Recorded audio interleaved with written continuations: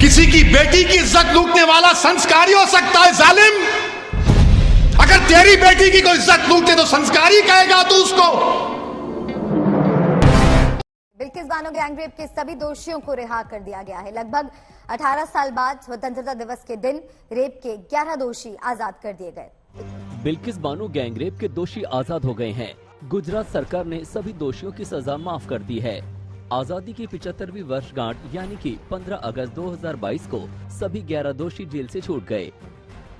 क्या इसीलिए बी अम्मा हजरत महल ने इस मुल्क के लिए कुर्बानी दी कि उनकी बेटी जिसका नाम बिल्किस बानो है उसको इज्जत लूटने वालों को छोड़ दिया जाएगा? कौन है बिल्किस बानो? 2002 में बिल्किस बानो को गुजरात के उस प्रोग्राम में, जेनोसाइड में, बिल्किस बानो को उसके पड़ोसियों ने उसकी इज्जत लूटी। वो बिल्किस बानो जो पड़ोसियों को चचा कहती थी, उन चचाओं ने बिल्किस बानो की इज्जत लूटी।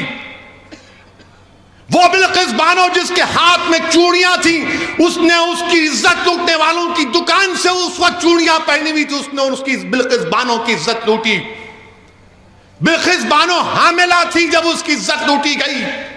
बिल्किस बानो की 3 साल की बच्ची थी जिसको उसकी सामने उस 3 साल के बच्ची को लेकर उसके सर को पत्थर से मारकर कत्ल कर दिया गया। उसके बाद बारी बारी से जालिमों ने बिल्किस बानो की इस्मत रेजी की। बिल्किस बानो के सामने उसकी मां को और 4 रिश्तेदारों की इज्जत लूटकर उनका कत्ल कर दिया गया। बिल्किस बानो बरहाना हो चुकी थी, कपड़ों का टुकड़ा लेकर आदिवासी भाइयों बहनों के पास भागते छुपते फिरी, वो कपड़ा दिए। बिल्किस बानो के शौहर ने अपनी बीवी को हिम्मत दिलाई। मैं सलाम करता हूं बिल्किस बानो के शौहर को। अल्लाह मुसलमान शौहरों को बिल्किस बानो के शौहर से हौसला हासिल करो कि उसने अपनी बीवी के इंसाफ के लिए अपने बीवी के हर तरह से मदद की। 2004 में मुकदमा आयद हुआ।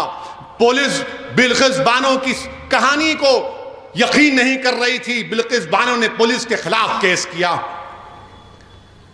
मेडिकल डॉक्टरों ने झूठी रिपोर्ट दी, बिल्किस बानो ने इनके खिलाफ रिपोर्ट की, मुकदमा किया। उसका मुकदमा गुजरात से बाहर मुंबई में हुआ। ट्रायल कोर्ट में सजा हुई, फिर बॉम्बे हाई कोर्ट में उनको सजा दी गई। मेरे अजीज दोस्तों और बुजुर्गों, 75 साल की आजादी का अमृत उत्सव मना रहे हैं और भारत की एक बेटी के साथ इस तरह का सलूक कर दिया जाता है कि अगर किसी की बेटी की इज्जत लूटी जाएगी और उसको कहा जाएगा कि क्या तुम राजी हो कि तुम्हारी बेटी की इज्जत लूटी गई, उसकी बेटी को कत्ल कर दिया गया, उसके पेट में जो हमल था वो जाया हो गया, उसको चंद साल के बाद छोड़ दिया जाएगा, तुम राजी हो? तो कोई बाप, कोई मां, कोई भाई, कोई बहन तैयार नहीं होगी, कोई इंसान तैयार नहीं होगा। जिसके दिल में इंसानियत जिंदा होगी वो कहेगा कि नहीं, ऐसे जालिमों को जेल में सड़ाना चाहिए। मेरे अजीज दोस्तों और बुजुर्गों, इस बात की हमको तकलीफ है कि आजादी का अमृत उत्सव तो मना रहे हैं, मगर बिल्किस बानो कह रही है कि मेरा गम फिर से ताजा हो गया, इंसाफ पर से मेरा एतमाद कमजोर पड़ गया। बताओ प्रधानमंत्री आप क्या करेंगे? और रिव्यू कमेटी जो क्लेमेंसी दी गई सीआरपीसी में है, कानून में गुंजाइश है कि अगर कोई कैदी इतने साल जेल में रहता है तो हुकूमत के पास इख्तियार है। कमेटी बनाई, रिव्यू कमेटी। रिव्यू कमेटी में कौन है? भाजपा के 5 लोग, 2 एमएलए उसमें, और एक साहब तो गोधरा के ट्रेन के उस वाक़े में प्रोसिक्यूशन के विटनेस थे, वो मौजूद।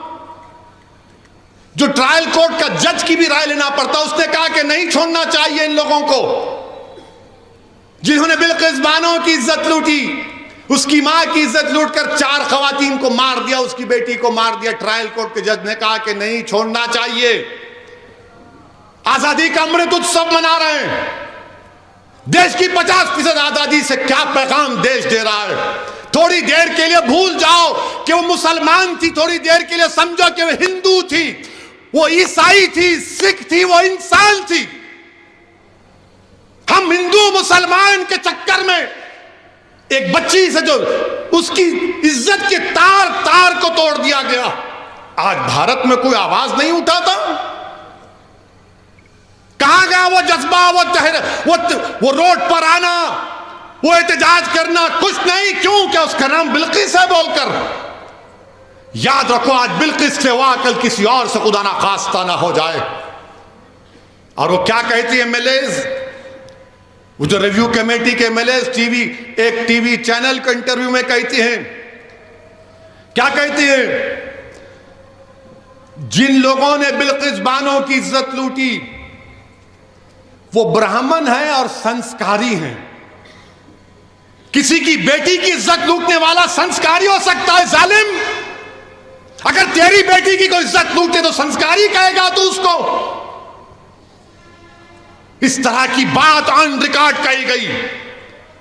हम भारत के प्रधानमंत्री से पूछना चाह रहे हैं, ट्रिपल तलाक का कानून आपने बनाया था, आपने पार्लियामेंट के बाहर कहा था कि मैं मुस्लिम बहनों का भाई हूं।